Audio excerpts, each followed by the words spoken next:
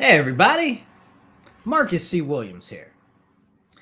And we got a whole bunch of stuff going on in the world today, and I just wanted to go through some of the things that I was finding to be very important, some of my big concerns, and seeing our direction forward. Now, as far as me, I'm concerned, politics to me is very important. I believe all politics is local politics, and you have to see how it's going to affect you directly. Now, not everything that's done on the federal level is going to end up directly impacting you because we have the federal government and then we have the state government, and the state government is supposed to, for all intents and purposes, have more authorities and powers than the federal government. But if you're not familiar with that, you need to go read your constitution, which I encourage you all to make sure that you always have a pocket constitution. So that's one thing. But for me personally in politics, I sometimes have issues with both of the major parties, both the Republican and the Democrat Party. But for me right now, the biggest threat to our nation is the Democratic Party. And I'll tell you why. Because the Democratic Party has been infiltrated by these socialists and communists that call themselves democratic socialists or call themselves progressives. And it's not true. They are neither progressive nor are they what they want to call themselves, democratic socialists, because democratic socialist is an oxymoron. You can't be democratic and have socialism. You can't have both. And I'm not going to jump through hoops and explain what socialism and communism is tonight in depth, but basically it's like this. There's socialism is really a philosophy, not so much a form of government. Socialism is used as a philosophy to usher in communism, which is the form of government. But people will tell you that socialism is a form of government, which it's not, and that communism is a form of government. So let's jump into both of those real quick. So if you were to treat socialism as a form of government and you were to treat communism as a form of government, they'd be almost identical. Here's the difference. In socialism, if it's a form of government, the government controls everything, but you are able to own private property, but the government can come and take it away at any time. In communism, you don't own anything at any given time. The government owns everything all the time. See, there's not much of a difference there, right? Because in socialism, the government owns everything anyway, and you can, in theory, have private property, but they can take it from you at any given time or do whatever they want with your own private property. Now, that's the concept that's been wedged into the Democratic Party. And now the Democratic Party has gone what you would consider to be far left, okay, in many of the things that they put forward and they put out there into the world. A lot of people no longer identify with the Democratic Party, so there have been a lot of movements. There's Lexit with it, which is Latino exit, like the Spanish people trying to leave the Democratic Party. There's Blexit with the black people leaving the Democratic Party. There's the walkaway movement, which is everybody leaving the Democratic Party.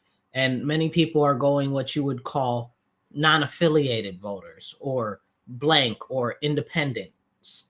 And independent, right? Not necessarily party affiliated. In New York State, we used to actually have an independence party, but that's a whole nother separate conversation for another time. Now, me personally, I identify as a conservative futurist, which means that I have more traditional values, but I see that everything that's been done in the past won't get us where we need to be in the future. So that puts me more so in the middle of the what would be considered the right side of the spectrum, I guess, right? But it depends on what the issues are, right? Because sometimes I could be more towards the futurist side and more away from what would be Republican consideration because not everything is the same. Or I could be more to the conservative side depending on what the issues are, you know, which honestly I think is most people in America would fall into that category, honestly. But right now, we've got this push for division, for separation.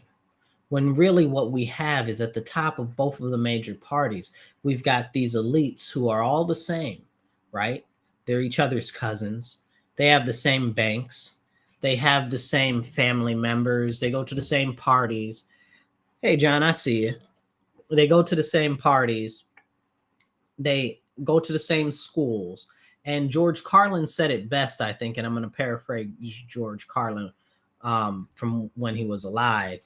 Um, he said something like this. He said, somebody asked him, they said, do you think that there's a conspiracy between all of the elites and stuff like that to go against the general population? And he said, listen, there doesn't have to be an open conspiracy. He said they all go to the same schools, they go to the same parties, they have the same friends. They all know what's best for them. And what's best for them isn't what's best for you. And that's a true fact. Because what we have right now is such a separation in status. And you'll hear, this is why when you hear the socialists and the communists, everything sounds good, like a big push from the New York socialist communists right now are to tax the rich, right? Tax the rich. But what is tax the rich even mean? Will they pay taxes, right? Because the elites and the rich are the ones who are writing the laws for the most part. The rich and the wealthy are the ones who control all the politicians. Do you honestly think that they're going to actually tax them when those are the people who pay the people that write the laws? That doesn't make much sense. And you'll say, wait, Marcus, but we're the tax-paying citizens. We're the ones who pay them. That is true. We do pay them. But we're talking donations to their campaigns. We're talking lavish, all expense paid trips. We're all types of backdoor dealings and stock investments and stuff like that, which I know a lot of people don't want to talk about, but these are real things. This is real stuff that's impacting us as American citizens every day. Like we're like, oh, there's so much corruption in government. You're right. There is so much corruption in government. But really what we find in government is apatheticness, okay? Apathy. They just don't care because they can't conceptualize what the normal people go through anymore, because a lot of them have been so disconnected or are so far away from the people that they're supposed to represent that it's abhorrent, to say the least. People just don't know. Right? Like for me, I don't want anybody to talk to me about any policies unless they still feel the need to put some water in their bottle of sauce when it gets low. For real. Like, like it sounds like a joke, like I'm joking, but I'm not. I don't feel like if you don't know what it is to feel the need to conserve the resources that you have, that you should be preaching to anybody or passing any laws, because that just shows me that you don't care about what you have. You don't care about conserving resources or conserving what we are giving to you as a politician if you wouldn't conserve your own stuff. And that's a very serious issue.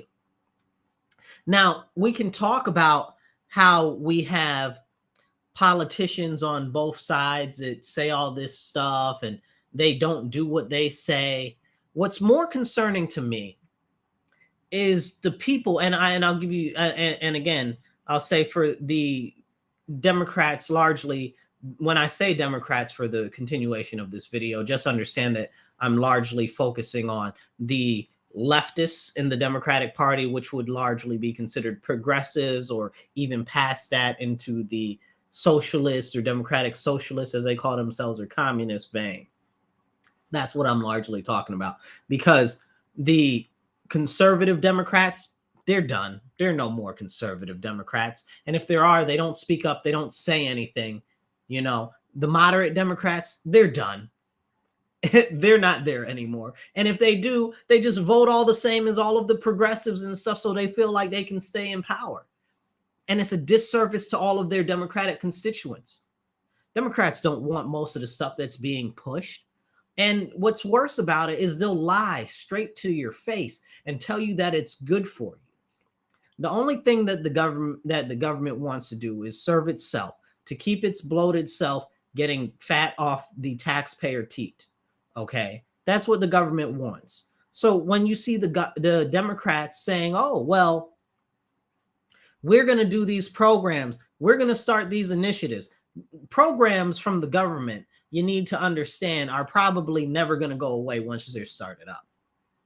Also, you got to understand that they're always going to balloon in cost. It's always going to cost them more. Right now, we've got and I'm going to jump to the federal government level with the Democrats. Right now, we got the federal Democrats talking about, oh, well, the Republicans are trying to get rid of Medicaid and Medicare and Social Security and stuff like that. That's a bold-faced lie. That's a bold-faced lie. President Biden and the Democrats just froze pensions, right? And they're taking money out of people's pensions for not only the, what do you call them? The civil servants, but also for the postal service. They're stealing people's pensions. The Democrats are doing this. They've cut Medicaid. The Democrats are doing this. Not only did they cut Medicaid on the federal level, but they've cut it twice on the state level, okay, in the last couple of years.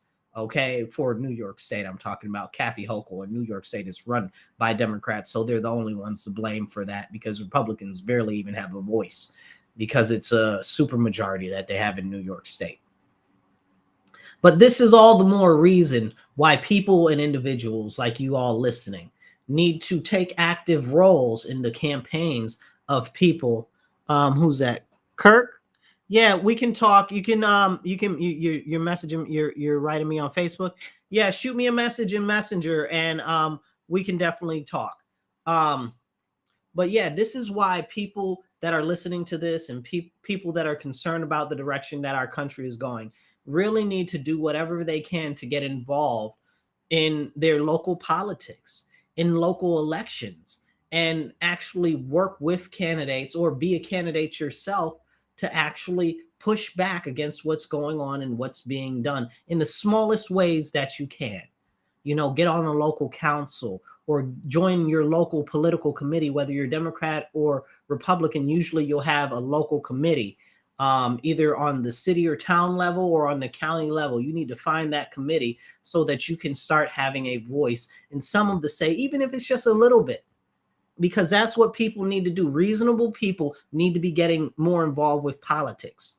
Right now, I'm going to explain to you some of the real deal Holyfield stuff that's going on in a couple of moments. So I'm just prepping you guys up for what we're about to talk about in a second. So with the Republicans, we've got, like I just saw, and again, I'm in New York State. So I just saw a Rhino, you know, a Republican in name only, is running against a conservative Republican in the North Country. It's out of control. The policies that the Rhino is pushing are not Republican at all.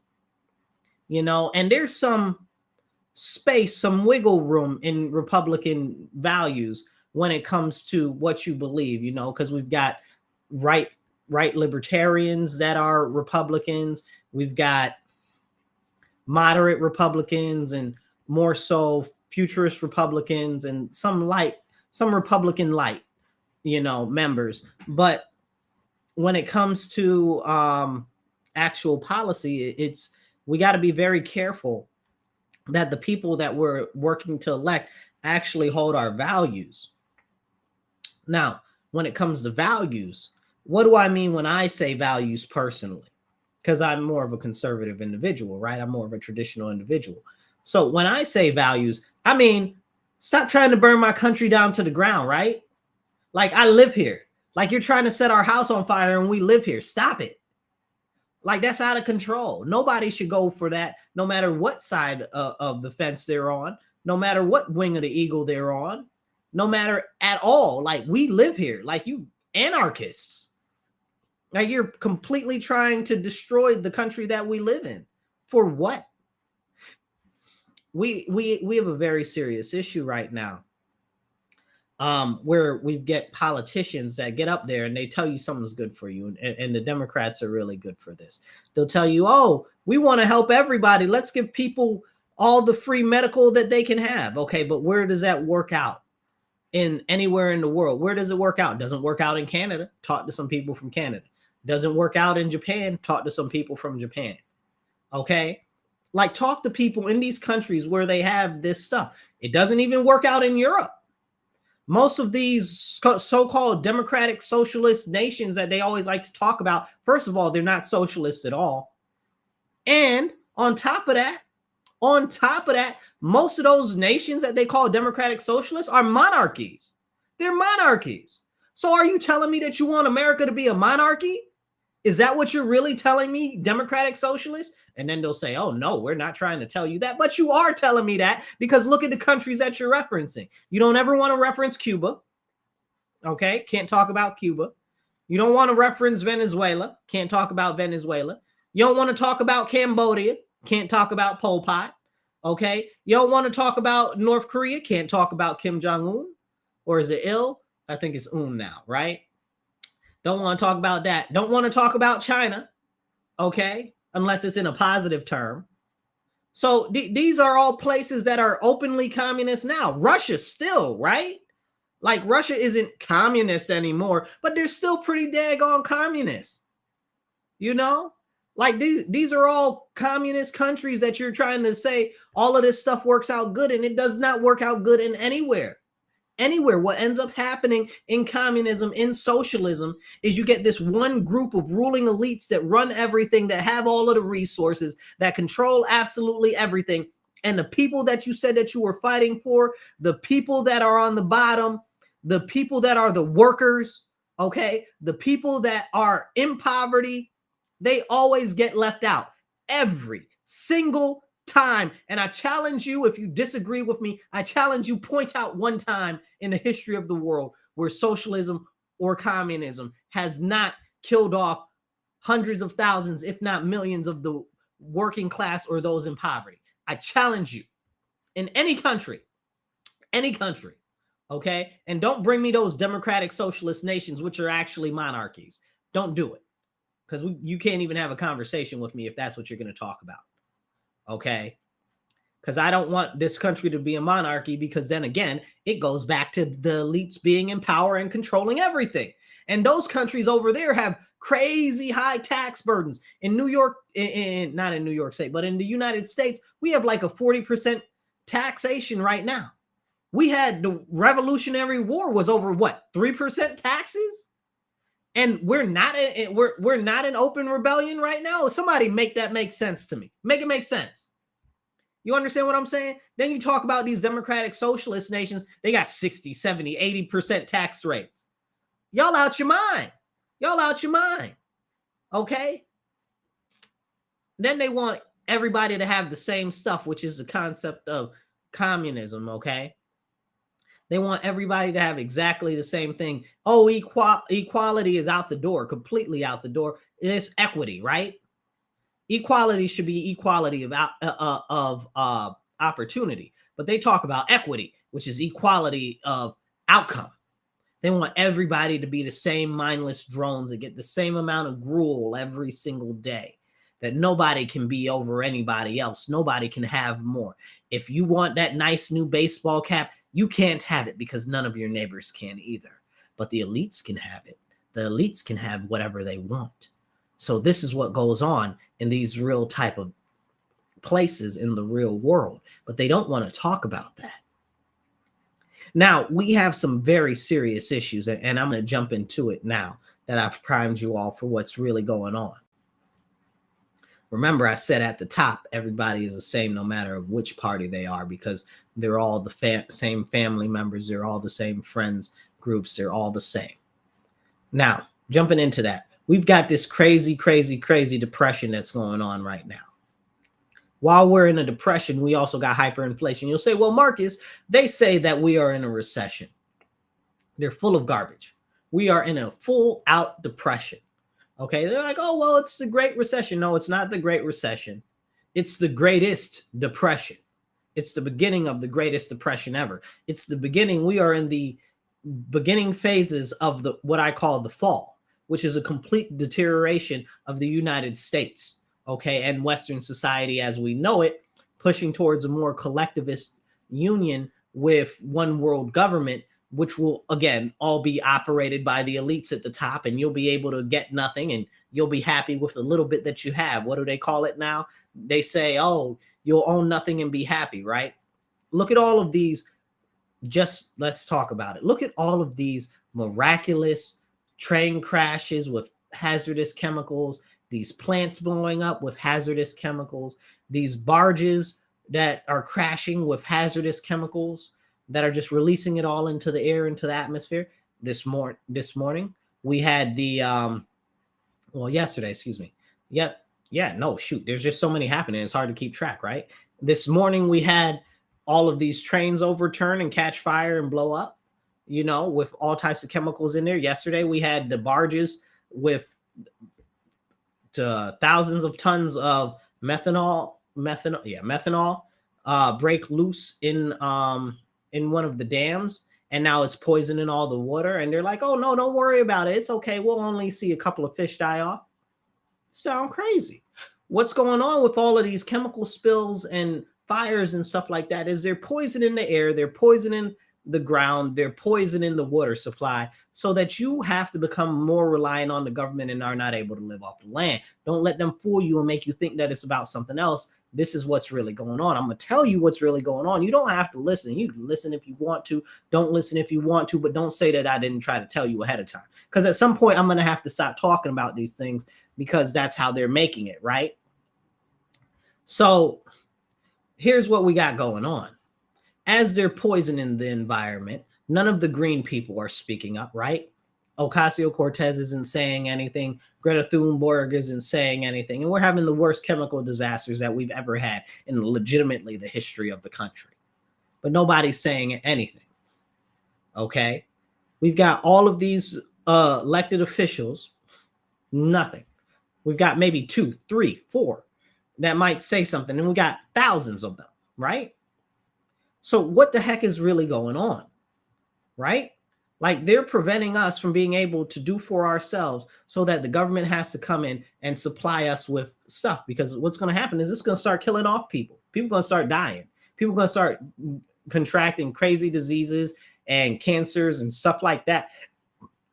Remember, the Ohio River over there, the Mississippi River over there, all of that affects like a third of the population in the United States and affects a large percentage of our fertile cropland.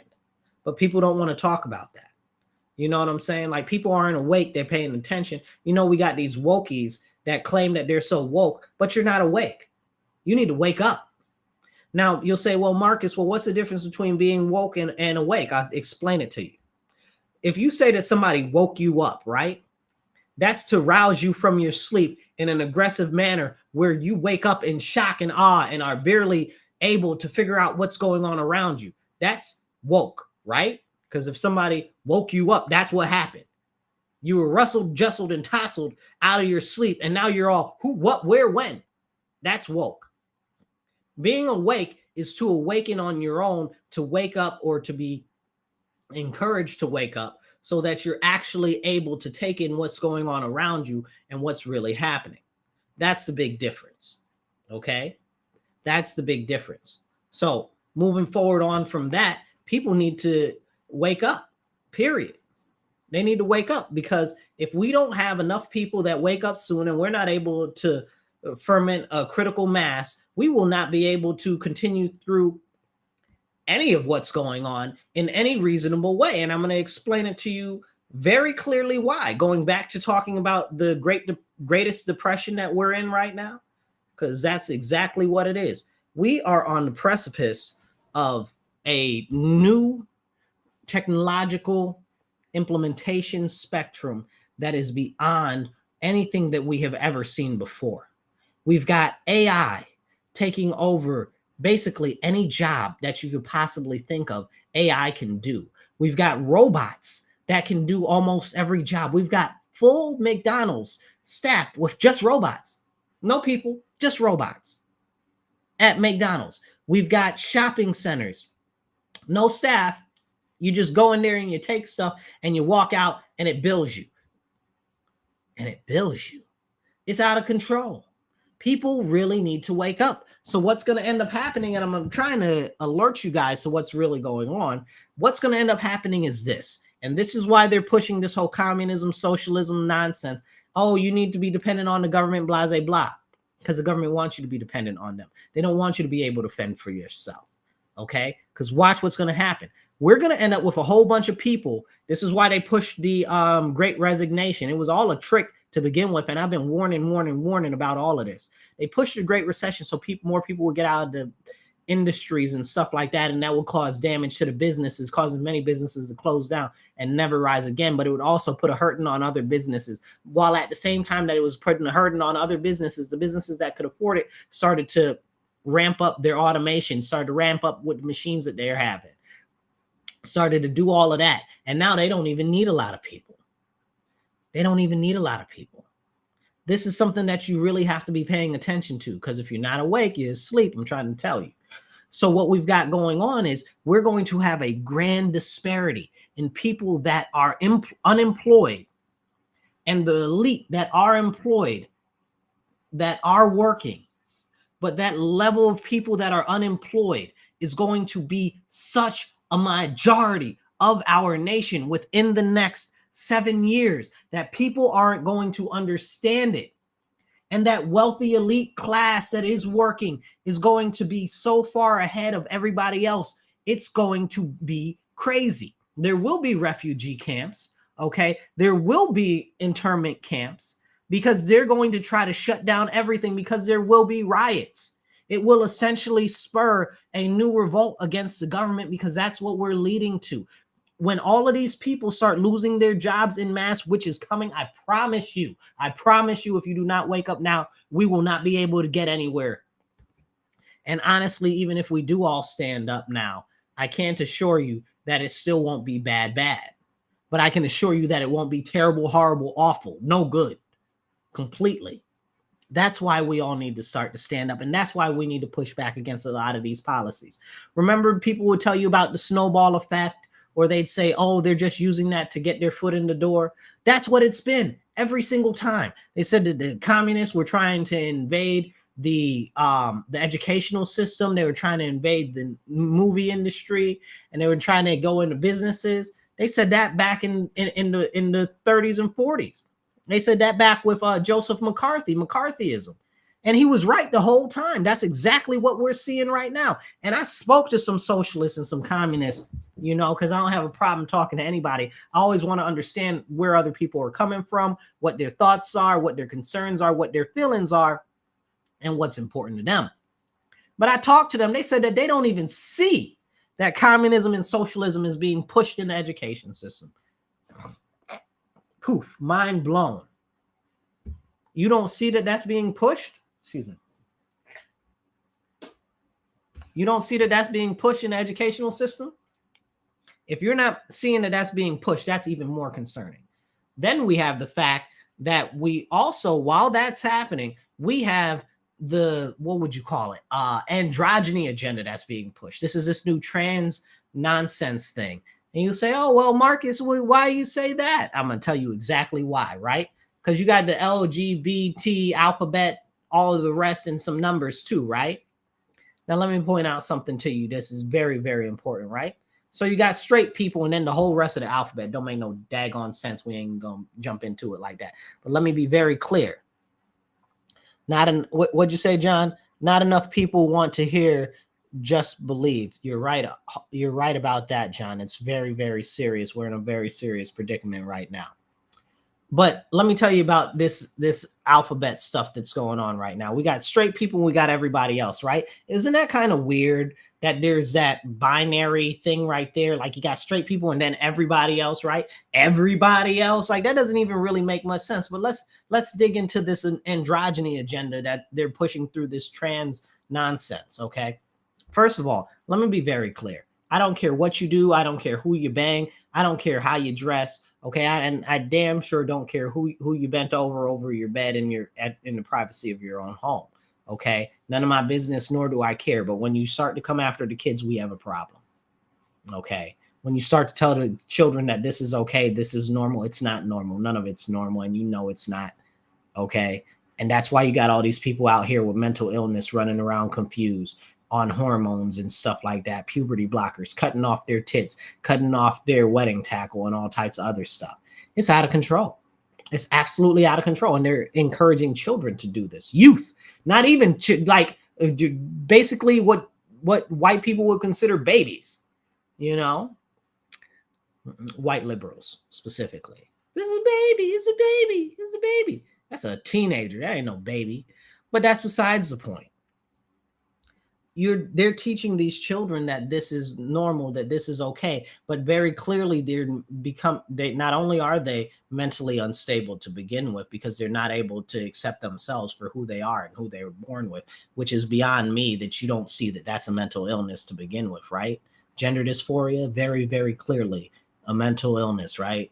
What do you call it in the DSM-5, whatever it is now, whichever version, okay? Like, people need to be paying attention to what's going on. Okay. Now, with that, they're telling boys they don't need to be boys and girls they don't need to be girls. Okay. And then they can switch at any given time. So that was the trans thing, right?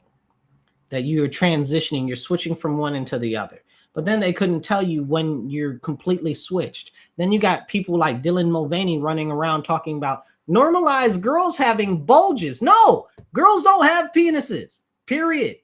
Period. Okay, that is not a thing.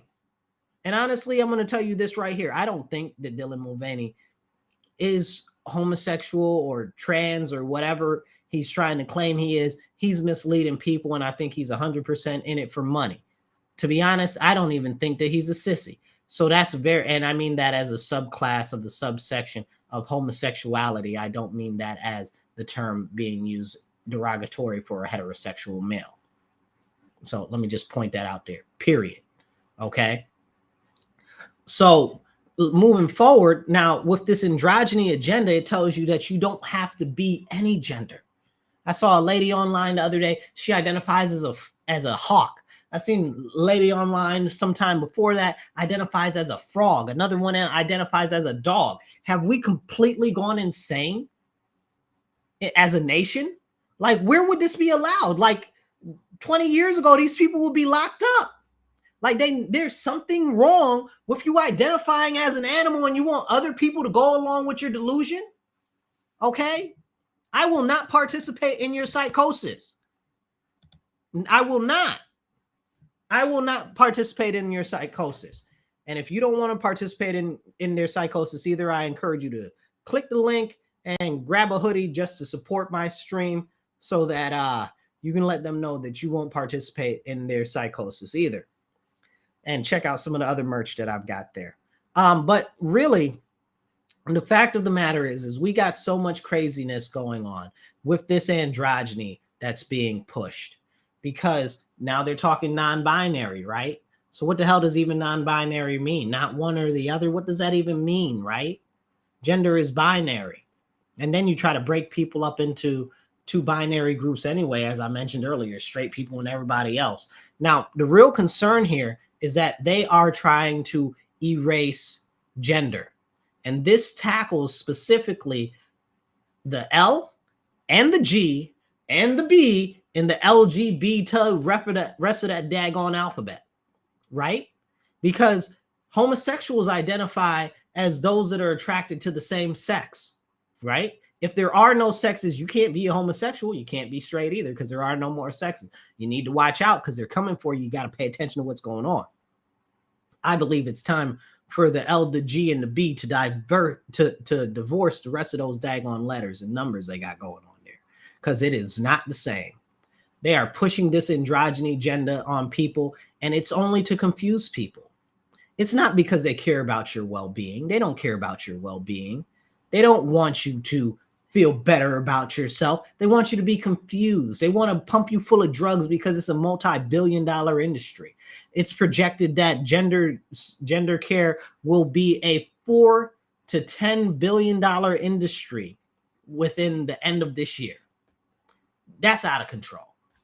It's out of control because it's all about money. Not only is it about money, because remember, please remember this. There is always a way in which you can use one thing that's not positive for multiple ill impacts. Okay, that's right. I'm going to say it again because it's very important.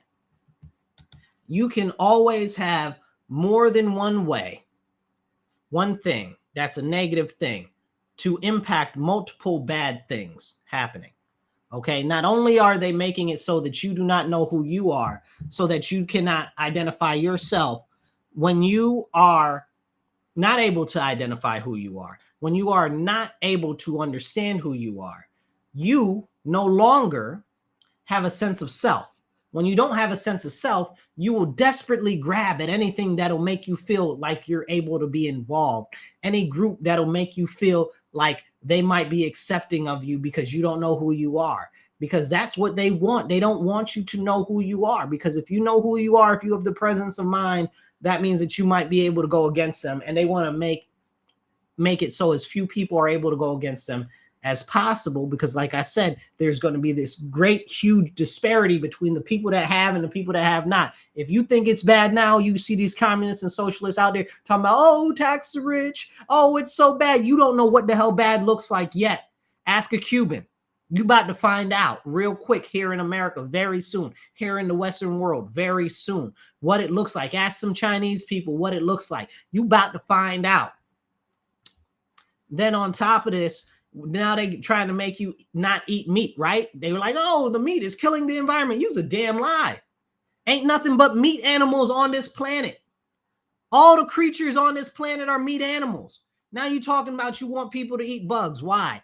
Because they're less protein, they're less nutrients, and they're not going to be able to allow you to put on the muscle mass that you would need to be able to do labor or to be able to stay strong in a way in which you might be able to rise up against the elites on the top of the pyramid. I'm trying to tell you, if you are not listening, you are asleep. Please wake up before it is too late. Okay, that's why they want you to be vegan. That's why they want you to be vegetarian. That's why they want you to eat the worms. That's why they want you to eat the bugs, because they want you not to be able to push back against them.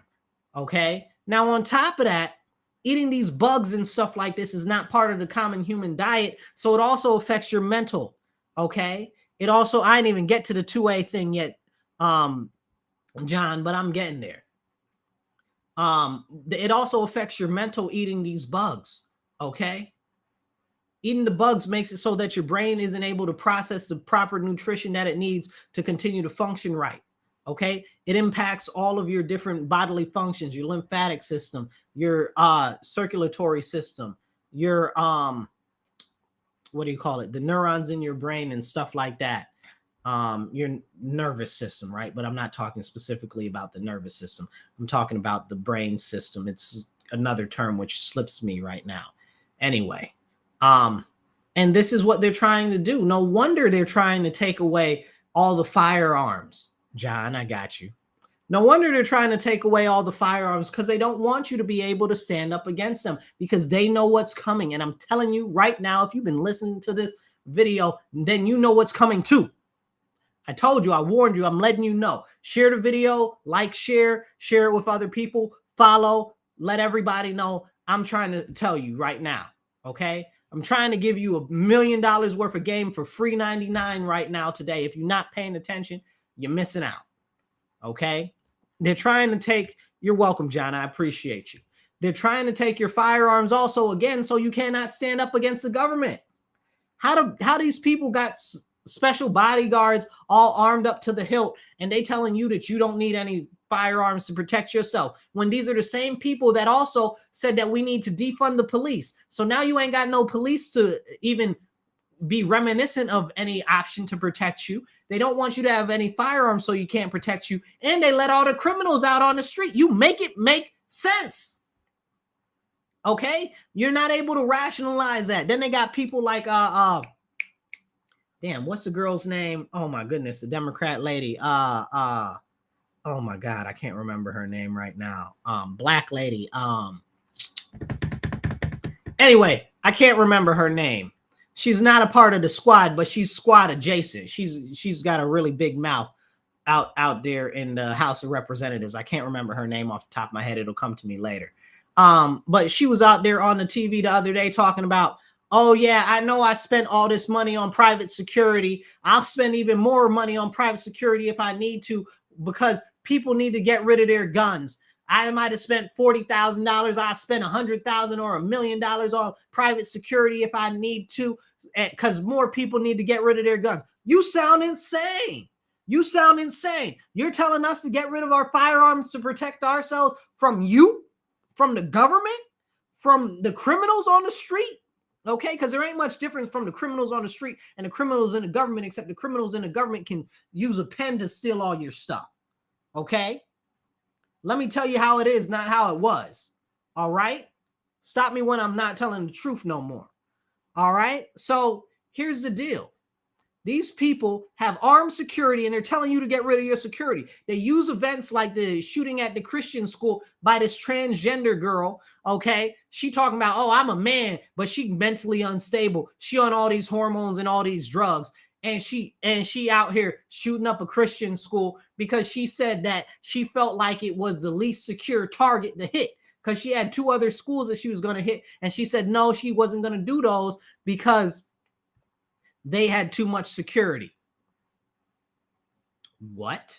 And then you got these people talking about, oh, we need to get rid of the guns. Look at this. This is a problem with the guns. It's not a problem with the guns. The problem is that we don't have enough guns. Period. End of story. Okay, I don't care what you say. We in America do not have enough guns. There are not enough firearms for legal, and I'm going to say it and make sure you listen.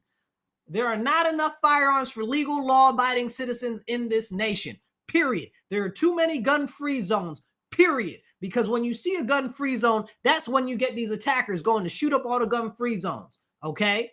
If the teachers were armed, they could have put this assailant down. Okay? They could have put this animal in this place in the ground where it belongs.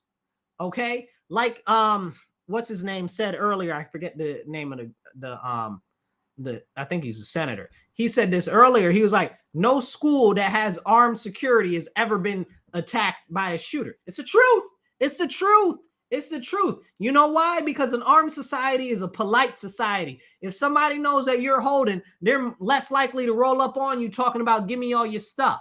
Okay? Because people just in general don't like to be shot, because being shot don't feel good. Excuse me.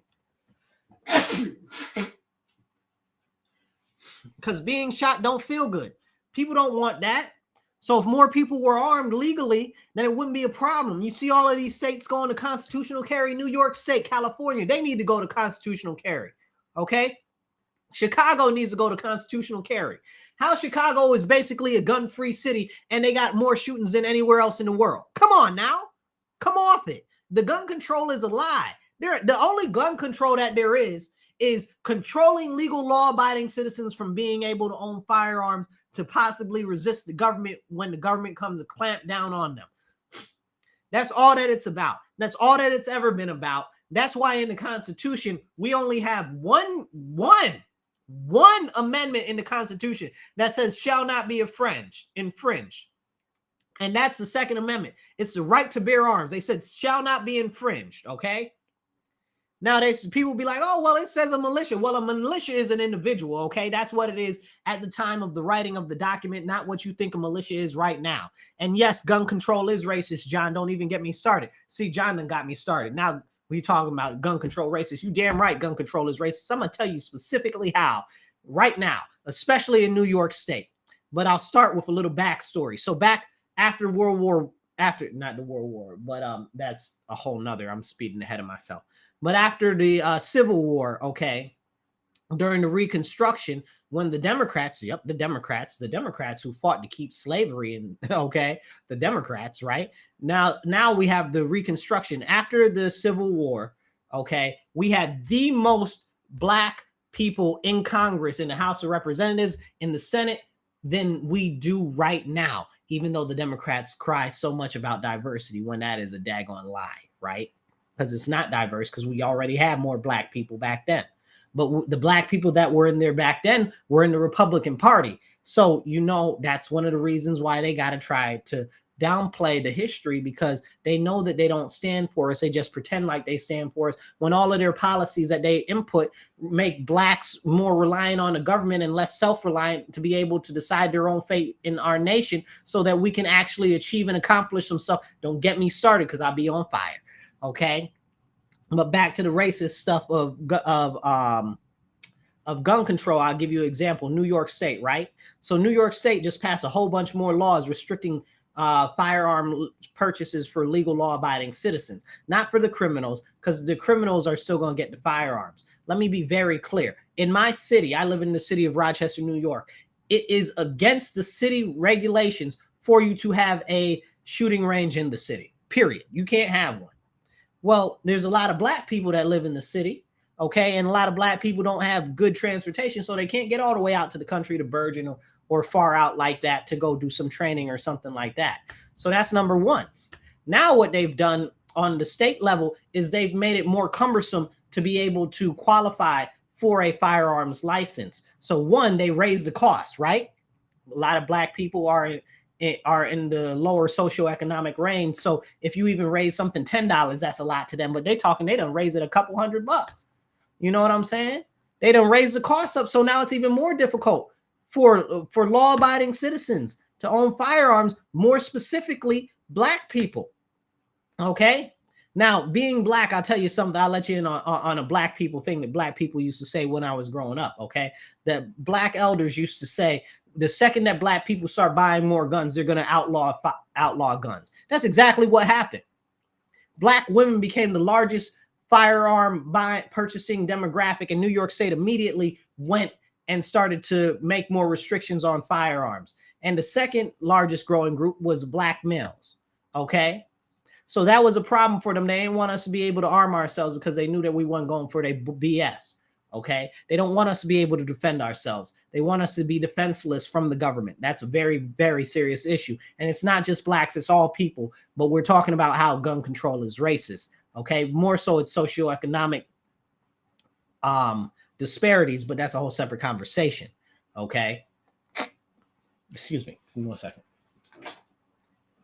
But what we see right now is with the changing of the laws, now it requires more time and more money. So if you're a single mother and you're trying to get your pistol permit, now you got to take more time away from your child, away from your job, away from everything to go try to get your firearms qualification. You got to spend more money out of the money that you're already using, that you're scrimping your change together. Same thing with single fathers. Okay.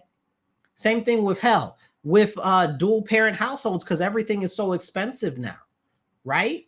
Like you're trying to make it so that it's more difficult to own a firearm, that it's more difficult to qualify for a firearm. You want to make it so that they have to pass longer test times when you can go around the corner and get a goddamn gun out of the trunk. Excuse my language. You understand what I'm saying? Stop me when I'm telling a story here. Like you can go get a gun out of a trunk somewhere around the corner. I'm not even like, this isn't even a joke. Like I'm being serious. You can go get one from the corner store. This isn't a joke. I'm serious. Okay. But legal law-abiding citizens that try to do what they are supposed to do legally, they're hampered and hindered because they want to infringe on our Second Amendment rights, even though the Supreme Court of the United States of America said that the New York State's gun laws are unconstitutional. They still try to put in laws to make it so that it's more difficult for you to own or carry a firearm. Then we had these crazy people. Okay. Then we had these crazy people that are in my city that call themselves socialists or socialist aligned or whatever. Okay. And one of them said, matter of fact, I call her out by name because she ain't worth a spit or a lick, and I wish she was better, but she ain't. Okay, Rachel Barnhart going to talk about, she shared an article the other day talking about, oh, look at all of the guns that are being stolen from cars. It's a real serious issue. People shouldn't be putting their guns in their cars. They shouldn't have them. Well, New York State has a law where basically you can't carry a gun anywhere outside of your car.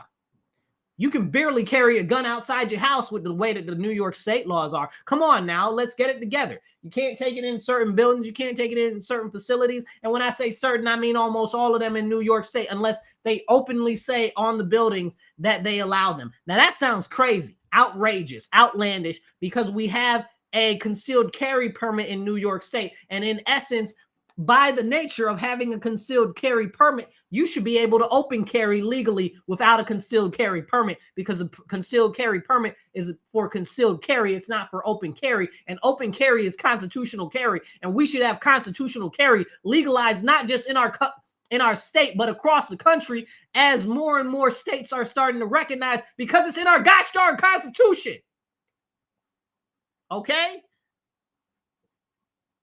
Don't even get me started. John, you're 100% right. If you're on Facebook, you might not be seeing John's comments. He's commenting on YouTube. But he says that you can't even carry anymore, basically. This is the way that it is.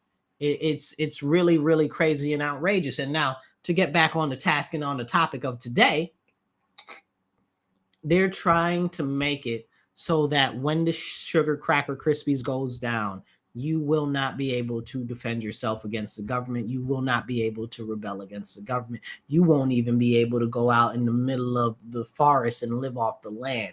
Okay, they are doing everything that they can to make sure that they stifle your ability to push back, to fight back, and to stand up in the upcoming years coming up. That's why all of these plans they got are 2030, 2035, because they know what they're doing. That's why they're trying to get rid of paper money right now. They want to get rid of paper and coin money, and they want to go to digital currency, okay? They already tested the U.S. digital dollar, and they got this thing called the Fed Now app, which in and of itself, the name sounds crazy, right? But it's called the Fed Now app, and you can transfer money instantaneously with the Fed Now app, and it's coming out. It'll be ready for launch in June, okay? Very soon, just a couple months away. And basically, it'll allow you to transact with anybody else instantaneously, but it'll also allow the government to see all of your transactions, all of them, all the time, okay? Which means that the government can shut off your flow of your money at any given time that they want to, okay? We've already seen Canada do that, okay? And they got regular currency, but they were shutting down people's bank accounts and stuff that were standing up to the government very peacefully. You know what I'm saying? And we're supposed to be all about peace and stuff like that. But when people protest against the government here, they make it like it's a big thing. Let me tell you about this law that they're putting forward in England. So England's got these things that they're trying to make that are basically 15-minute cities where you won't be able to go out 15 minutes past where you live. Now, this is very concerning. It should be concerning to everybody, because this is just like the ghettos that they put together for the Jews back during the Nazis. Okay, basically, if the Jews left their ghettos, they'd kill you. And this is basically what we're going into right now. This is why they're doing digital currency and everything, the facial scans, the biometrics, and all of that. Basically, they're not going to let you out of your neighborhoods. That's what they're hitting for. And they've actually implemented it already in England in certain places. So what's been happening in England? What have the people been doing to push back? They've been covering cameras. They've been filling these like pylons that come out of the ground that prevent you from leaving and stuff like that. It is crazy, people. If you don't wake up, it will be too late very, very soon. I'm trying to warn you. We do not have much time left. Okay, please share this video, like, share, follow, let other people know. I'm trying to put you on. I don't know how much longer I'll be able to talk about things like this, because eventually they're going to stop people from talking about things like this. And I'm going to tell you exactly how right now. So we're talking about these 15-minute cities that they're starting to push together in England right now, right? So the England, what's his name? Rajiv, whatever his name is, the new prime minister, the Indian dude, the new prime minister in England, he's got this new law that they're talking about. They're fighting back against antisocial behavior. So basically anybody that does anything to disable a camera or to stop those pylons in the ground from coming up, or disables any of the facial recognition software or anything like that, they will be immediately caught, captured, and forced on public display of punishment, be it cleaning up publicly or doing whatever penance that they decide that they want people to do publicly. It is a very serious threat, and this is coming to America, so you need to wake up. It's already in England. You need to wake up. I don't know what to tell you. Okay, these 15-minute cities are coming. They're limiting your mobility. That's why they just implemented this law, and they're calling it an antisocial behavior law. So if you've been a naughty boy, if you've done something that the government doesn't like, they're going to publicly shame you and force you publicly to make amends and do different things and stuff like that. This is coming to America. They will not let you out of your neighborhoods. They will not let you out of your communities. My city here, we've got a 2035 plan for Rochester, nothing but a 15-minute city. Cincinnati has officially signed on to be the first 15-minute city in the United States of America. We've got more plans like that going all around the country. It's really, really very serious. What'd you say, John? Is that like why we want to go all electric? Yes, it is why we want to go all electric, John. We want to go all electric because what they're doing is they're going to make it so that they can easily immobilize your car. That's also going into why they've got this Kia crisis thing right now that's going on with them stealing all of the Kias right now, because the Kias don't have the immobilizers on them. Okay, they don't have the immobilizers on them, so you wouldn't be able to be automatically shut down by the government. All the new cars have them. That's why they want you. This has been nothing more than a major psyop against the American people. People are like, oh, TikTok is China, TikTok is China, TikTok is China, but it's also the American government. Okay, be it the CIA, be it the Air Force, be it the NSA or the NSTBCF, whatever the hell alphabet, the DEI, whatever, the DEA, right? Yeah, whatever. Okay, it's also the government is putting these things out there because look at the Kias, right? They're one of the most popular cars. The Hondas, they're one of the most popular cars. All of a sudden, they don't have immobilizers, but the government is trying to do everything that they can to push out to people that these cars can easily be stolen and force updates on these cars so that they can be immobilized. You make it make sense. That goes right to what you're talking about, John. Let me see if I can put up what you said. Does this work? Is that how it works? That's how it works. That's exactly why they want to make us go all electric. Okay. That's exactly what's going on. So with the electric cars, they can automatically shut them down. Boop, boop. Car shut down. Can't go nowhere. Okay. They got these new cars that they're putting on facial recognition so that it has to recognize your face so that you can get into the car or use the car. They're already using it in China in some places so that you have to use your face to get in like a lift or something like that. Because again, this is going to limit the freedom of your movement. They're going to make it so expensive so you can't get on a plane so that the planes will only be for wealthy and affluent people. You got to pay attention. This is not about green and saving the future or fighting the climate or whatever the case is. It's about restriction of motion, restriction of movement, restriction of freedom, restriction of your ability to live your everyday life and do the things that you need to do. That's what all of this is about. That's what's really, really going on. Okay. They want to restrict everything that, yes, it's about, the gas stoves and Kathy Hochul. Okay. So John's talking about the gas stoves and Kathy Hochul. Yes, it is about that, but it's about more than just that. It's about the natural gas pipelines, okay? Because they can't immediately shut off natural gas, but they can immediately shut off electric. And they're trying to push these smart meters on people. If you can avoid it, people, do not get these smart meters in your home, okay? Do not get these smart meters. I repeat, do not get these smart meters if you can avoid it. And where I live, they're charging an extra $10 a month for you not to have a smart meter, which is also some BS, which is a whole nother conversation. But those smart meters in California, in Colorado, they have been shutting off people's electric automatically when they feel like it. If they say, oh, well, we've got a surge in electricity right now, we've got to stop so many people from using it like they did in California, they'll shut everybody's stuff down. Now, remember, you got an electric car, you got an electric stove, you got an electric everything. But now they're just shutting off all your stuff. How does that even work? But this is real life. This is happening in California. You can go look it up. I'm not making this stuff up. It's happening in California. It happened in Colorado during the freaking snowstorm. They shut everybody's electric off. Talking about, oh, it's a lot of energy on the grid. It's too much. That's why it's getting shut down. It's crazy. It's absolutely crazy. It's absolutely crazy. And if you're not paying attention, you are missing out on everything that's being done to all of us all at one time. I'm going to tell you again because it's worth saying. And again, I don't know how long I'll be able to talk about stuff like this. Yes, John, rolling blackouts. John's talking about rolling blackouts. There will be rolling blackouts and there will be, brownouts as well. But I guarantee you that those blackouts and brownouts will only be in the less affluent neighborhoods, the people that are would be the working class, right? Because they won't be the working class anymore because of the machines and the AI taking all the jobs.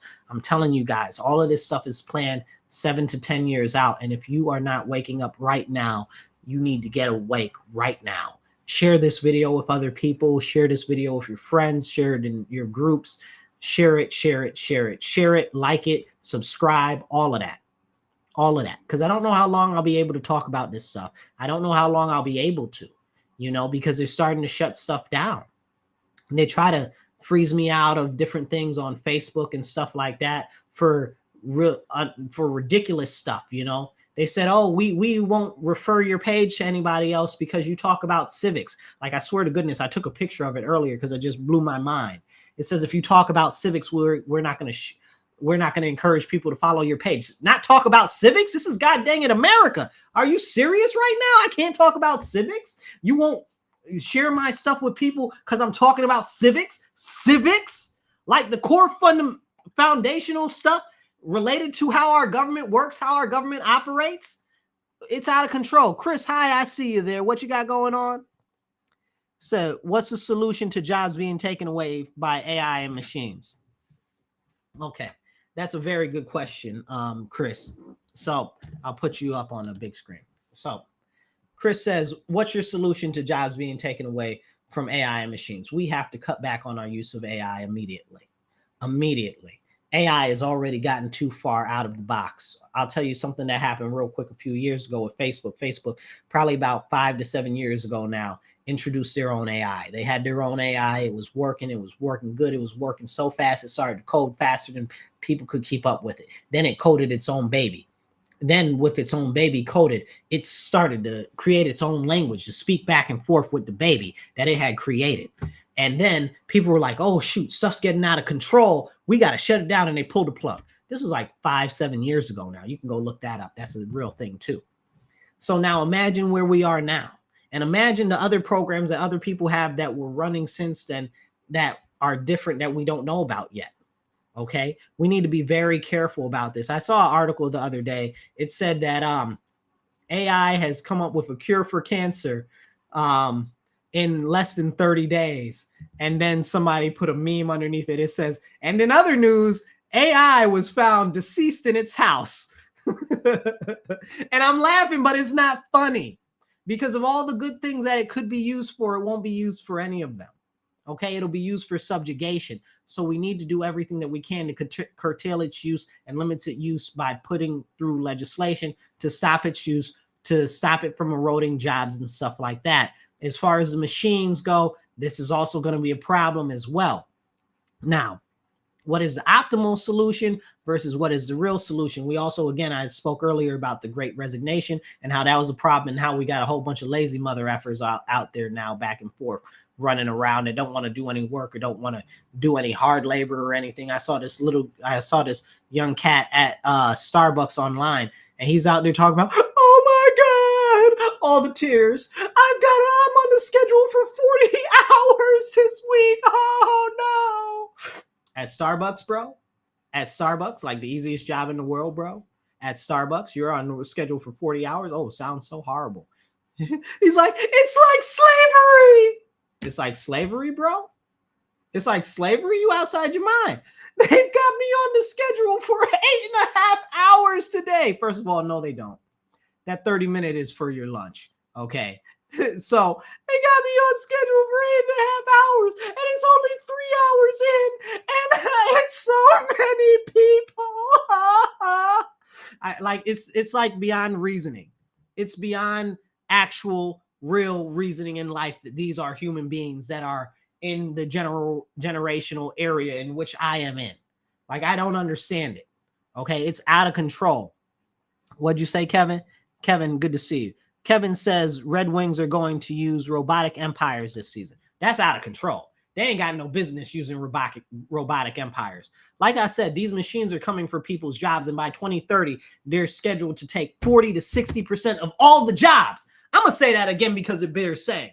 By 2030, AI and machines are scheduled to take 40 to 60% of all of the jobs, regardless of industry. That's it. Period. You need to wake up. You need to pay attention. You need to be talking to your local state assembly people, your local state senators, your federal senators, your federal people in the House of Representatives. What do you call them? Congress people. And technically, federal senators are Congress people too, but that's a whole nother conversation. All of them. You need to talk to all of them. You need to talk to your local municipalities, your elected city councils, your town councils, all of these people about what's coming and how that they can avoid it, because they're going to need to put in laws so this stuff doesn't happen.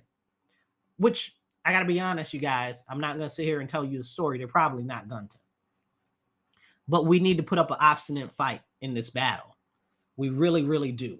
Now, on the other side of that, the flip side, I do believe that we should start taxing the machines so we can give out universal basic income to people, because people are going to need something to live off of. But again, that also in its own self presents its own problems and things like that. And it's just, there's no good outlook here unless we're able to like get rid of all the elites. And that is a wish, a hope, a prayer, and a level of action, I swear to goodness, that enough people aren't even willing to take.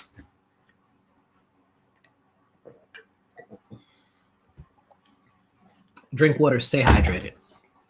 But we have real serious issues with this automation thing. It's getting out of control. It's gone too far to the point right now where people see it as a matter of convenience.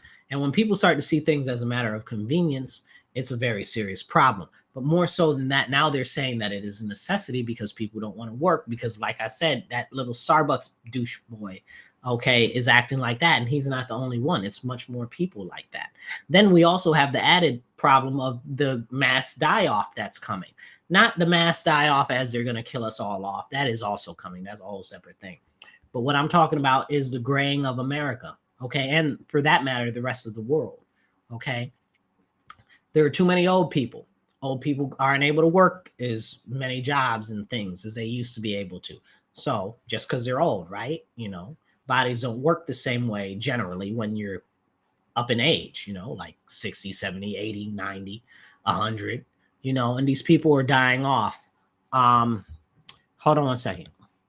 Chris says, where do I stand politically? I am a conservative futurist. That's where I stand politically. I talked about it in the beginning of this video, who I am, what I stand for. I'd encourage you to go back to the beginning of the video and watch the beginning of the video later. I do go into that for a little bit of time. All right. But what we need to do, what we need to do is we need to be concerned about all of these old people dying off. First of all, they're going to kill a lot of these old people off. That's why they're trying to push for medically assisted suicide at this point. Please forgive me, censors. I know you might not like me saying that, but it's what it's called. You know, they call it's legitimately, and now this is a crazy thing, medically assisted death, right? It's called MAD, right?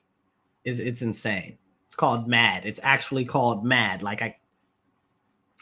These are the words that they're using themselves. Like, what are they about? You're welcome, Chris. I look forward to it. Please make sure that you like, follow, and share. Okay, subscribe if you're on YouTube. I think you're on YouTube, so subscribe and share and like. But yeah, so but these are the things that are happening. They're trying to encourage medical assisted. So this is one of the things that they've already done in Canada. And matter of fact, I'm going to play you a little clip of one of the people in Canada right now, something that was just said on the parliamentary floor. Let me see, where is it here? Because it's just absolutely insane. And I'm trying to explain to people that this is exactly what America is doing. And people just don't get it. They don't get it because they don't understand what's going on. And that's why I'm trying to do my best to encourage people to understand and to listen and to pay attention more, because what's going on is so out of control that it's beyond even common recognition. Let me see. Where is it? Here it is. Has suggested veterans should end their lives. This government has suggested veterans should end their lives instead of getting help that they need. And now they've announced that a year from today, they will introduce measures to end the lives of people who are depressed. We only recognize that we need to treat depression and give people hope for a better life rather than ending their life. The Honorable Minister for Mental Health. Mr. Speaker, I think it is totally irresponsible for the leader of the opposition to misrepresent what this means. All of the assessors and providers for MAID are purposely trained to eliminate people that are suicidal. And so this is for... I'd like to point out that the lady said that it's put together to eliminate the people that are suicidal. I think that that's crazy that she said that. And they call it MAID up there. MAID in Canada is what they're calling it. Okay. Medically assisted induced death. It's outrageous. This is where we're going in America. Now, if you haven't been paying attention, if you live in New York State like I do, okay, they've recently been passing a whole bunch of crazy bills. They've passed human composting bills, which basically allow them to decay and deteriorate the body to, in theory, use it. All right, Chris, I'll catch you later, brother. Catch up with me soon.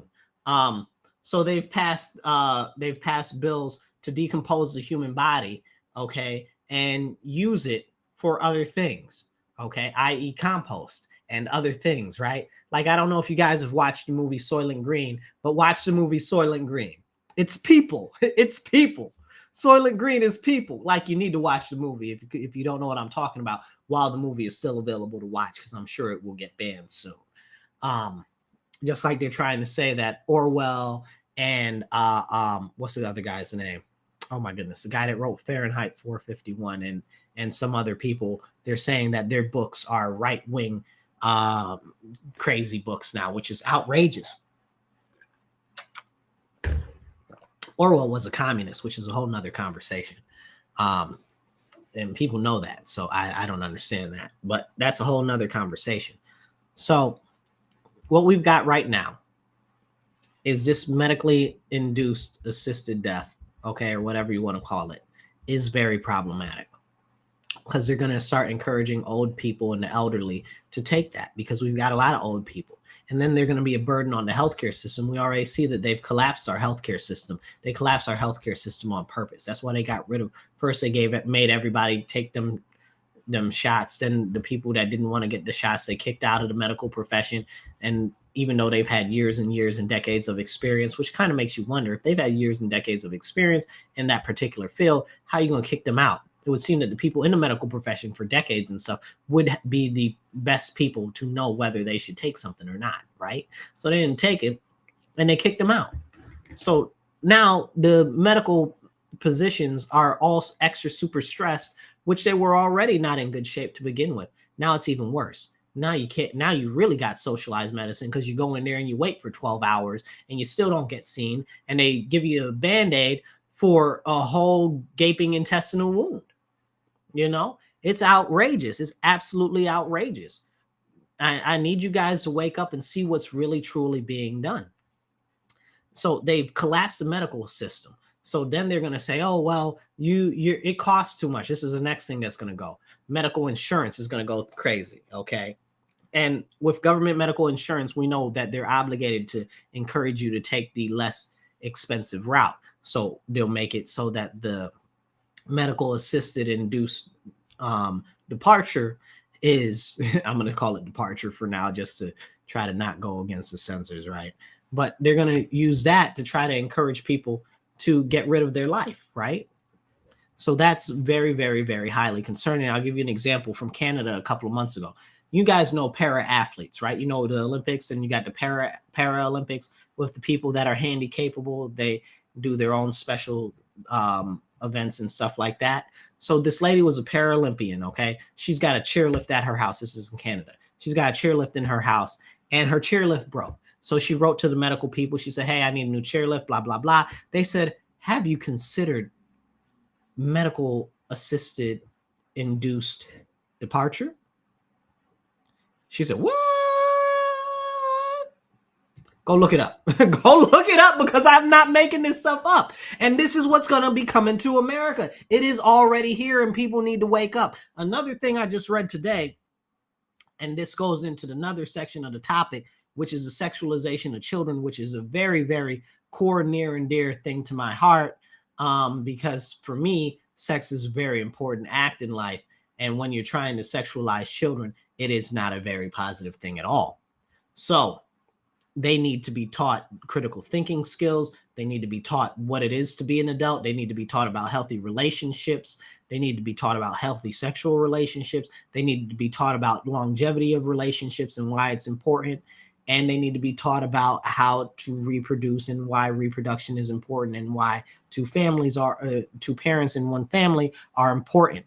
What's Kevin say? Kevin says, and then employment is going to be impossible to obtain if you do not comply. That's 100% right, Kevin. That's a whole nother section of craziness, right? That's going to be and anyway, I don't want to get into that part. I've already moved on. Just I'll try to scuttle back to that, Kevin.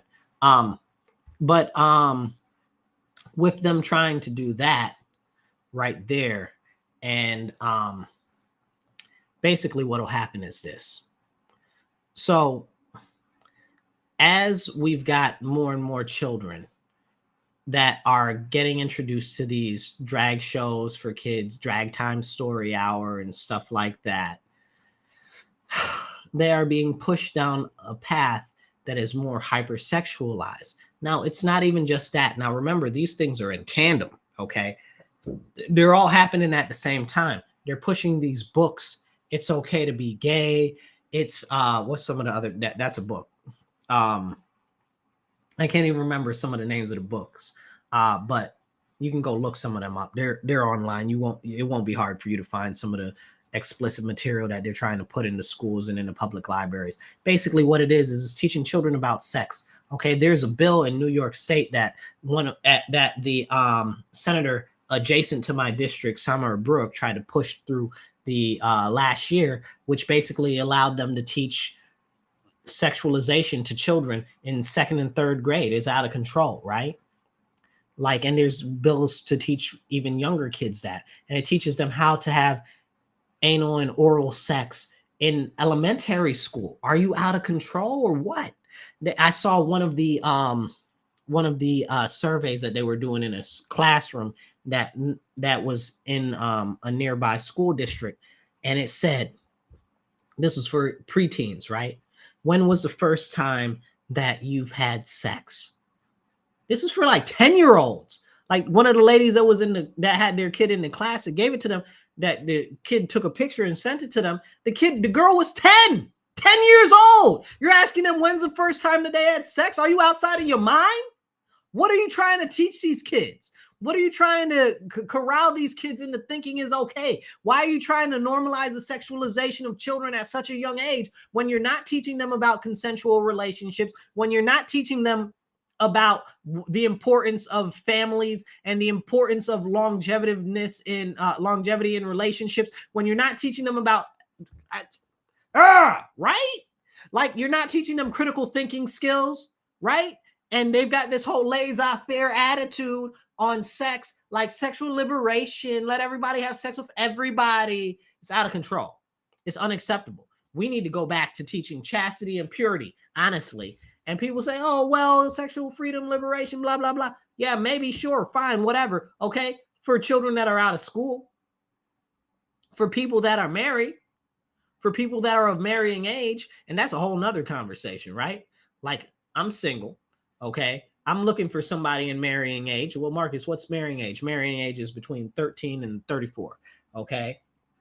That's of marrying age. I mean, excuse me, not 13, 18 and 34. Traditionally, though, and this is what I wanted to talk about, that's why I had it in my head. Traditionally, you would have marriages at 13, right? Now, marrying age is 18 to 34. But let's go take this back to the schooling, right? So if you were a 13-year-old in school right now, okay, they haven't taught you critical thinking. You are not prepared to go into the workforce. You are not prepared mentally to deal with the general adult atmosphere that you would have 30, 40 years ago, okay? or even more so traditionally throughout literally the whole history of mankind up until the early 19th century. You know what I'm saying? Or 20th century, right? Because it's always 100 years ahead. So it's really, really concerning because normally you got, what do you call them? Bat mitzvahs and bat mitzvahs. I know I'm pronouncing that wrong, excuse me. But you got quinceañeras, you got sweet 16s. These are when the children become adults, okay? And you've got similar things across the world, okay? Similar rites of passage and stuff like that across the world. But in America, they've made it so that the youth at those ages are not prepared to be adults at all. They're still infantile in mind. I was watching something the other day. The guy was like, he said he's 35, but he's really like 14. And it's funny, but it's not funny, you guys, because I don't feel like he was telling a story, because that's how they've got people mentally depressed. Okay. Depressed, not like depression, depressed, like held down, held back. Okay. That's why you got all these adults out here acting like children. That's why you got people in their 40s right now acting like they 14, 15. Okay. These are real things that are going on. They are not preparing the youth for adulthood. So then by the time they get into school, now in elementary school, you want to sexualize the children, teach them about anal, oral sex, and all types of other crazy stuff. It's just abhorrent. But then they want to also teach them that you should be sexualized by taking them to drag shows and stuff like that. So now you're taking the real young kids into the drag shows and stuff, and these sexually explicit performances. And then you're teaching them at school about anal and oral sex. What? Put 2 + 2, okay, is still 4. Okay? 2 + 2 is still 4. If you're teaching them at a young age in elementary school and below about all this hypersexualization by taking them to a sexually oriented drag show, which is what they all are, okay, erotic performances, okay, children ain't got no business being there, like they ain't got no business being at the strip club. So you're taking them to these performances, and then in school they're learning about anal and oral sex. Are you absolutely serious? Are you serious with yourself? Okay, put those two things together. What do you think that the kids are going to do that they're not going to be getting it on? And that's when the pedophilia creeps in, right? Because now they're trying to normalize pedophilia. They call them MAPs, minor attracted people. I was reading an article the other day. I wish I could remember what piece of news it was from, but the article was asking, it said, is attraction, is pedophilia a oh my goodness, how did it phrase it? Because the way that it phrased it was crazy. Is pedophilia a sexual orientation? You guys, is pedophilia a sexual orientation? Like, are you serious right now? This is the stuff that you're pushing. This is what they're pushing, you guys. Okay, so they're trying to really get the children. They are really trying to come after the children and sexualize them and do terrible, horrible, nasty stuff to them that is beyond their reasoning and comprehension to comply or not to comply with, because they're normalizing it to make them think that it's okay. This is grooming at the highest level. Okay, that is what's going on. You need to pay attention to the bills that they're passing. You need to pay attention to what's being taught in these schools. If you can, homeschool your children. Homeschool your children. If you can, homeschool your children. I'm going to say it again. If you can, homeschool your children. Go to your school board meetings. Find out what the children are being taught. Spend a day in in some of the classes. Stop in every couple months see what the hell the kids are being taught. Okay, make sure that your children know what right and wrong is and what they should or should not be learning at school, and that they report back to you everything that's going on in those schools, because they will teach them some crazy stuff. Now, I'll give you an example. This very liberal lady, right? This very liberal lady in Texas said a new charter school opened up and she was going to send her kid there because the charter school was about diversity, inclusion, and equity, right? Which is funny that diversity, inclusion, and equity spells die, because that's what they want you to do, but that's a whole nother conversation. Anyway, so the school was supposed to be about that. She sent her daughter to the school, right? And at the school, they made her daughter participate in a game in which the daughter was to be a prostitute in the game at the school. and I can't remember how old the daughter was, but she's like a preteen. The daughter was, and they tried to put her in a game where she was to be a prostitute at the school. You guys need to wake up. This is really happening. This is really going on. Now, to touch on that and to link all of this back together with the rest of the stuff we were just talking about, New York State is pushing for them to legalize sex work. I can't with these people, bro. I can't with these people. Not because legalizing sex work isn't the thing to do, but because of all the other crazy pedophilia-esque and sexualization of children that they're trying to push, because I know where this is going to go. So for years and years and years, you saw that, Kevin? Yeah.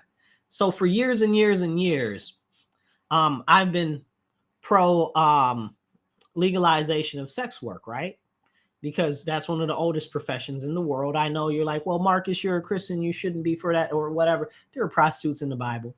Okay, the prostitution isn't the actual problem. It's all the things that go along with prostitution that end up being the sin.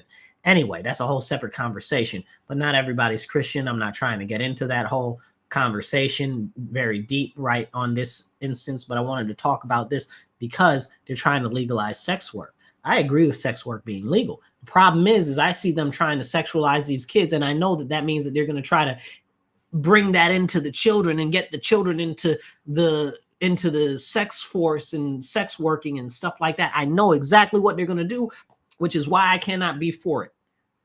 I mean, there's no way I could go for that because I know there's already sexualizing the kids. I know that they're pushing this pedophilia. I've seen it. I know it. And I know that they're going to use that to even further push the pedophilia to another whole new level. And you guys, you need to wake up because this is what's going on. This is what's happening. This is what's coming. Okay. They've got all of these different people, okay, trying to make sex work legal. These are the same people that want to take away your gun. These are the same people that are letting all the criminals out on the street. These are the same people that want to teach your kids and sexualize your kids in school. These are the same people that want to say that pedophilia and minor attracted people are part of the alphabet community now. These are the same people that want to say that sex workers should be included on the pride flag. They did that already, actually. Now the pride flag now has a red umbrella on there for sex workers. It's out of control. It's out of control, you guys. It's absolutely out of control. It's absolutely beyond reasoning. And people need to wake up. And like I said before, please like, share this video, whatever platform you're on, like, share, and follow. Okay. And please, if you can, let other people know, because I don't know how long I'll be able to talk about stuff like this. I don't generally talk about a lot of this stuff in depth like I'm talking about today, but I'm very concerned that soon we won't be able to talk about anything at all. So I also encourage you to check out my shop. I got a link to it on the page on the screen right now. One of the really awesome hoodies that we have says, "I will not participate in your psychosis." I love that one. You guys should also check out the rest of our merch that we got there. Check us out. So now, with everything else that we've got going on in our country right now, and especially in New York State, I encourage you, please pay attention to what's going on. Make sure that you're letting other people know what's going on. And if you are, you'll say, Marcus, well, what should I do? What can I do to help push back against what's going on? What can I do to help actually prevent what's happening? Here's what I would suggest to you. I'd suggest to you, make sure that if you are registered into a party, no matter what state that you're in, that you find your local committee. So if you're a Democrat, find your local Democratic committee. If you're a Republican, find your local Republican committee. If libertarians are still a officiated party in your state, Libertarian Party. If you're a conservative party. If you're working family's party. Find your local committee. You'll either have one on the city, town, or county level. Okay, some places don't have it on the town or a city level. You'll have it on the county level. Check it out on your county level. If you don't have a county level, because I know some of them don't, like, I don't think our working family parties for New York State has a county level, but they have a state level. Please find it, so that way that you can start to have a say on the candidates and a say on crafting the legislation and stuff that these people are talking about in their different committees and stuff like that, because that's the only way that we're going to be able to actually start to have a voice, to start to chip away at what's going on, that what's being forced upon us. It's very, very serious. And if we don't do it now, then there will not be a time later to do any of this. I encourage you all, make sure you find out where your local committee is, work hard to join them, and start to push forward common sense that's going to be able to help to stave off what's being done. Not hyper aggressive action, because that's not going to be any good. Okay. That'll be very bad. Okay. Like some people do. They'll be like, oh, let's go tear stuff up. Let's go be a rebel rouser. Let's burn stuff down. People say stuff like that. That's unacceptable. You do not perform those behaviors. Okay. You don't. You have to be very even tempered. You have to be very, very meticulous with the way in which you present your arguments and how you do what you present what you want to do. If you do not, we will not get the results that we need. You'll end up with anarchists and crazy nihilists that want nothing more than to see the world burn. We can't have that. We must come to reason. A return to reason is the direction that we need to go. And I encourage you all to encourage your friends, encourage your family to start to take more active roles in participation in government. Okay, go to your local go to your local city council meetings, go to your local town board meetings, go to your local fire district meetings, go to your local county ledge meetings. Hell, watch your state assembly meetings online. They're all online for most states now. Watch your state Senate meetings. They're all online. Watch the federal Senate meetings. Watch the federal House of Representative meetings. They're all online. You can watch these things and you can start to understand what's going on in your government. You got to start paying attention to what the government is doing. If you do not know what the government is doing, you can't warn people. You can't prepare yourself. We got to really pay attention to everything that's going on, because there is so much going on. You can very, very easily miss out on everything. It's so, so important. If you do not start to get more active, it will be on you. Everything that happens, you won't be able to tell your children or tell the people in the future that you tried to do something to prevent what was going on. And like I said, it's not time for hyper aggressive action, which many people will try to arouse you to take. Don't take that path, because it's not even remotely going to be helpful. Now, what my last consideration would be is get involved with a campaign of a local official that you believe in, that you believe has the values or will champion your values or will stand up for your values that you think are right and will help us through the impending crisis that is coming. This is a real thing. This is a real problem. 2030 is right around the corner. People are going to be homeless. They're going to be destitute, and the wealth gap is going to balloon out of control.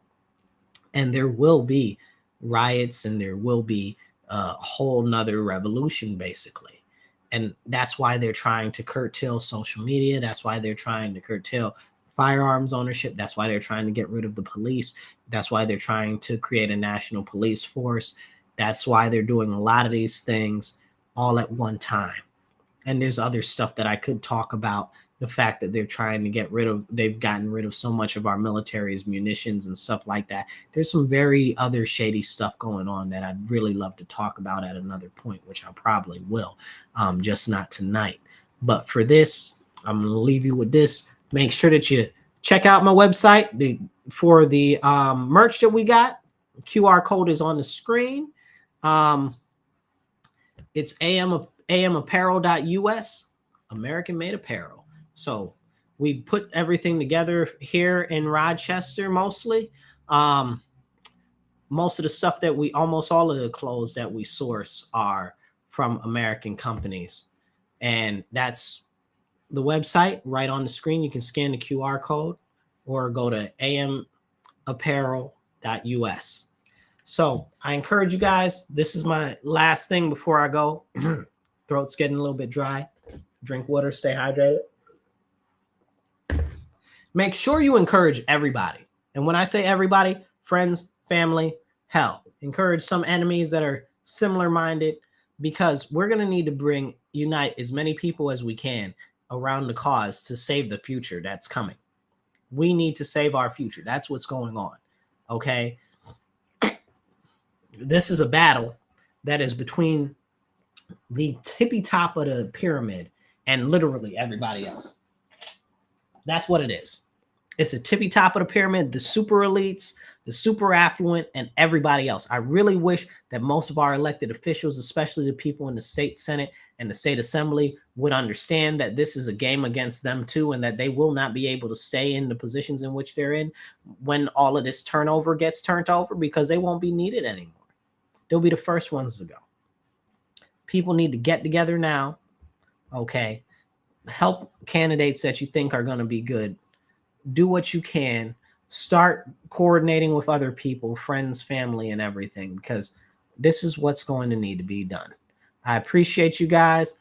I love you all. And I'm going to encourage you, stand up, speak up, and don't shut up. Take action. Be blessed. Be well. Remember to share, like, and follow. I'll catch you guys later.